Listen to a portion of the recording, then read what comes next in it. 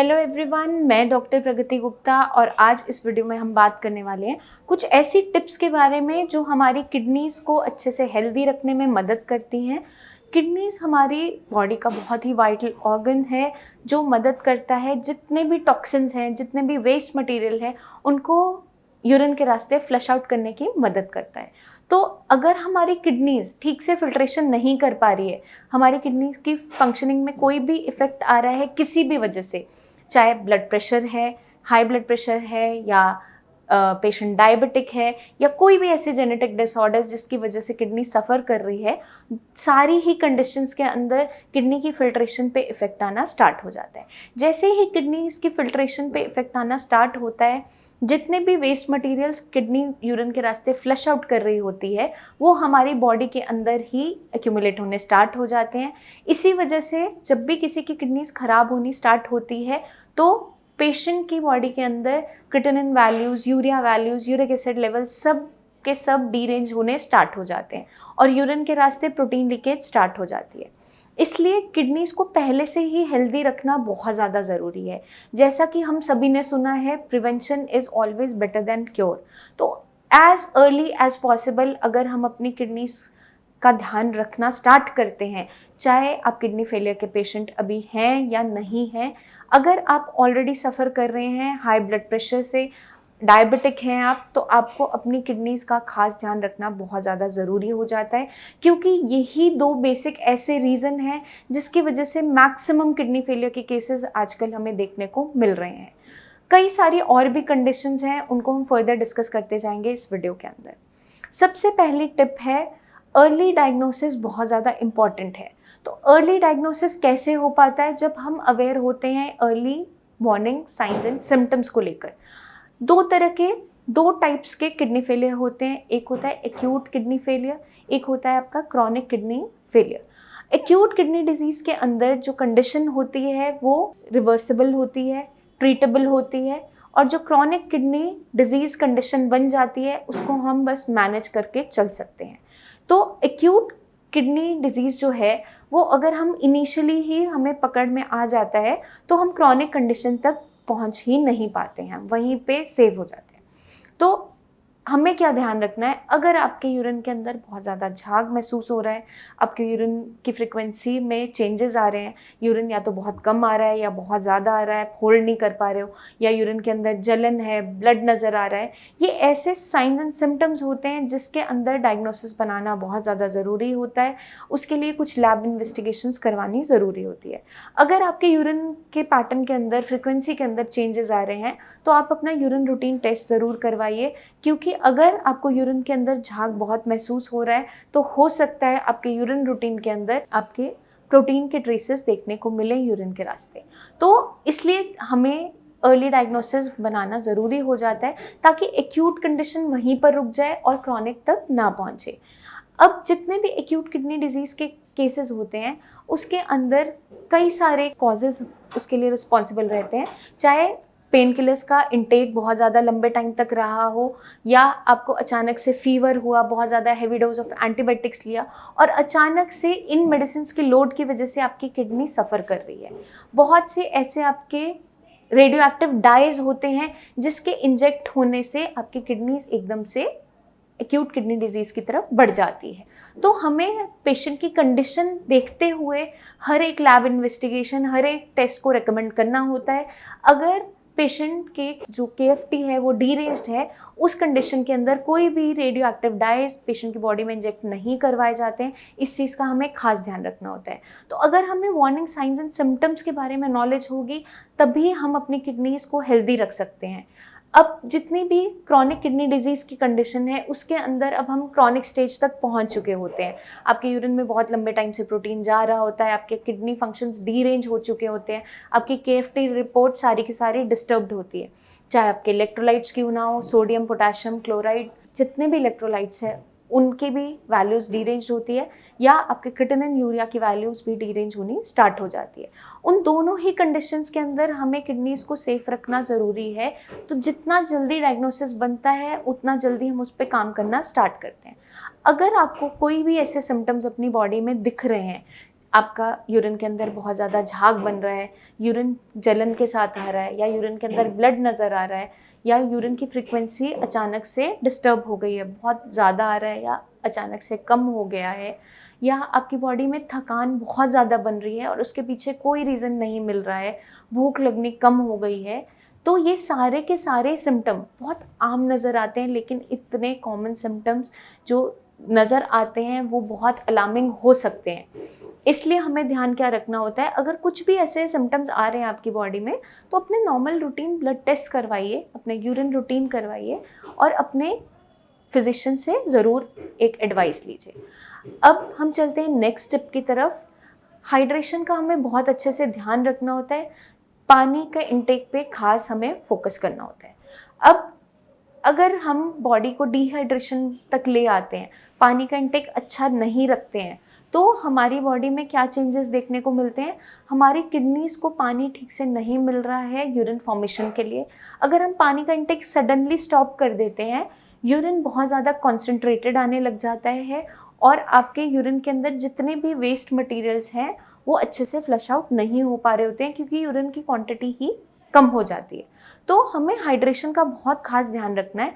पानी हमें एक ऐसी क्वांटिटी में पीना होता है जिससे हमारी किडनीज अच्छे से फंक्शन कर पाए।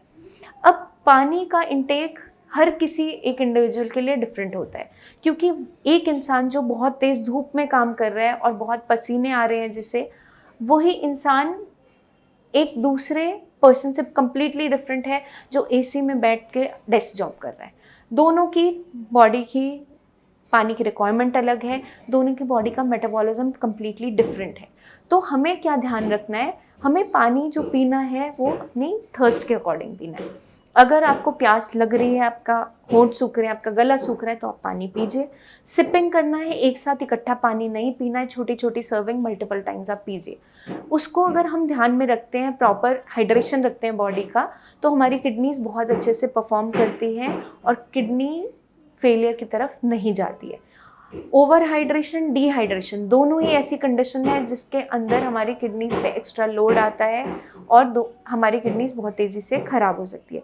डिहाइड्रेशन एक ऐसी कंडीशन है जहाँ पर हमारा यूरिन बहुत ज़्यादा कॉन्सेंट्रेटेड हो रहा है और वेस्ट मटेरियल को अच्छे से फ्लश आउट नहीं कर पा रहा है। ओवर हाइड्रेशन की वजह से अगर ऑलरेडी वो किडनी फेलियर का पेशेंट है तो क्या देखने को मिलता है, आपकी बॉडी में स्वेलिंग देखने को मिल सकती है।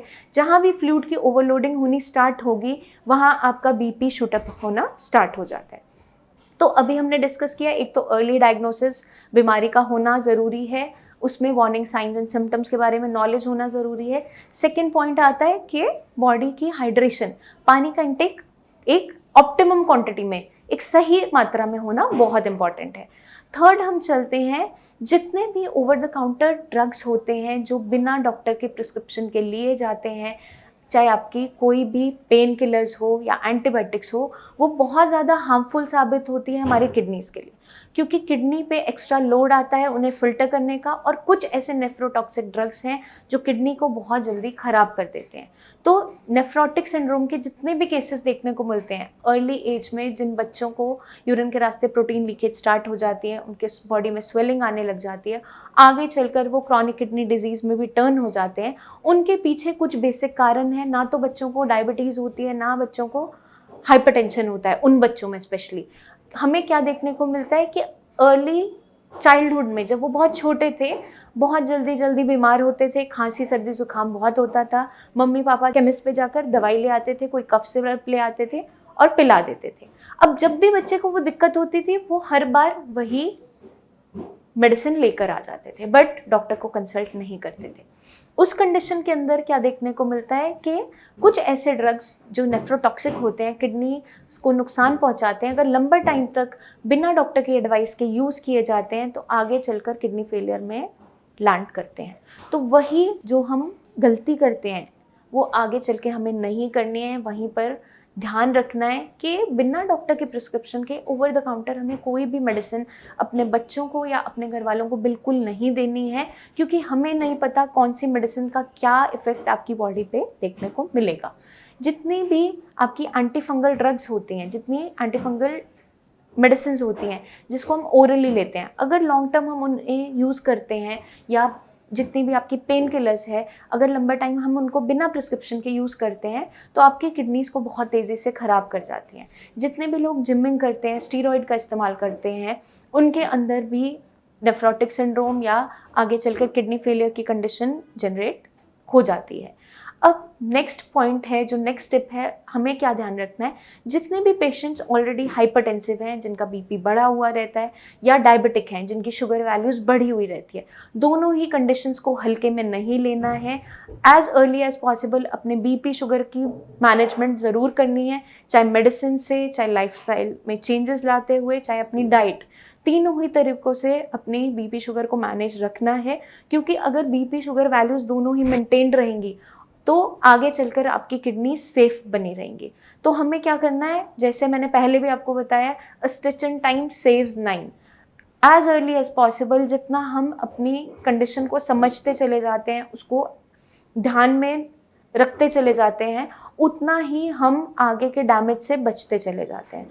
तो आई होप ये वीडियो आपको मदद करेगी अच्छे तरीके से समझने में कि अपनी किडनीज़ को सेफ रखने के लिए हमें क्या क्या करना चाहिए। छोटी छोटी टिप्स हैं, बहुत कॉमन टिप्स हैं, लेकिन हम लोग भूल जाते हैं और कभी इन चीज़ों का ध्यान नहीं रखते हैं। यही गलतियां हम दोहरा रहे होते हैं, क्योंकि हर एक पेशेंट जो भी मैं क्लिनिक में देखती हूँ उनमें कुछ ना कुछ ये परेशानियां देखने को मिल ही जाती हैं, ये रीजंस मिल ही जाते हैं जिसकी वजह से उनकी किडनी ख़राब हो जाती हैं और हम किडनी फेलियर के पेशेंट बन जाते हैं। तो हमें ध्यान क्या रखना है, अपनी किडनीज़ को हेल्दी रखने के लिए अपना लाइफस्टाइल अच्छा रखना है, अपनी डाइट हेल्दी रखनी है, बैलेंस्ड हेल्दी डाइट लेना बहुत ज़रूरी है, एक्सरसाइज का रेजिमेंट रखना ज़रूरी है, क्योंकि जितनी आप एक्सरसाइज करते हैं वो आपके मेटाबॉलिज्म को अच्छा रखती है। तो जितनी भी मेटाबॉलिक डिसऑर्डर्स हैं, चाहे डायबिटीज़ है, थायराइड है, इन सब से आप कोसों दूर रहते हैं। तो अगर हम इन चीज़ को अच्छे से फॉलो करते हैं तो अपनी किडनीज़ को हेल्दी रख सकते हैं। किडनीज़ ही क्या, हम और भी कई सारी बीमारियों से बहुत दूर रहते हैं, क्योंकि अगर हम अच्छा मेटाबॉलिज्म रखते हैं, अपना हेल्दी लाइफस्टाइल रखते हैं, तो हम कोई भी बीमारी से जल्दी से पकड़ में नहीं आते हैं। तो हमें क्या ध्यान रखना है, अपने खाने पीने का ध्यान रखना है, अपने हाइड्रेशन का ध्यान रखना है, पानी की क्वांटिटी ऑप्टिमम तरीके से लेनी है। अगर हमारी बॉडी में कोई भी सिम्टम्स ऐसे जनरेट हो रहे हैं जो हमें लग रहा है कि काफ़ी लंबे समय से बन रहे हैं, चाहे थकावट ही क्यों ना हो, चाहे भूख नहीं अच्छे से लग रही है, ऐसे कोई भी सिम्टम्स हैं, इनको हल्के में नहीं लेना है। अपने फिजिशियन से ज़रूर मिलें, उनसे पूछें कोई टेस्ट करवाने की ज़रूरत तो नहीं है, कोई अगर वो टेस्ट रिकमेंड करते हैं उन्हें ज़रूर करवाइए। इन चीज़ों को हल्के में नहीं लेना है, क्योंकि यही छोटी छोटी गलतियां आगे चलकर हमें किडनी फेलियर तक लेकर जाती हैं। एज अर्ली एज पॉसिबल अगर हम किसी भी बीमारी का डायग्नोसिस बना देते हैं, उसका प्रोग्नोसिस अच्छा होता चला जाता है, आगे चलकर हम उस बीमारी को अच्छे से मैनेज कर पाते हैं और बहुत सारी कॉम्प्लिकेशन से बचते चले जाते हैं। जल्दी मिलेंगे हम नेक्स्ट वीडियोज़ में, तब तक के लिए अपना खास ध्यान रखिए, टिप्स को फॉलो करते रहिए। Take care.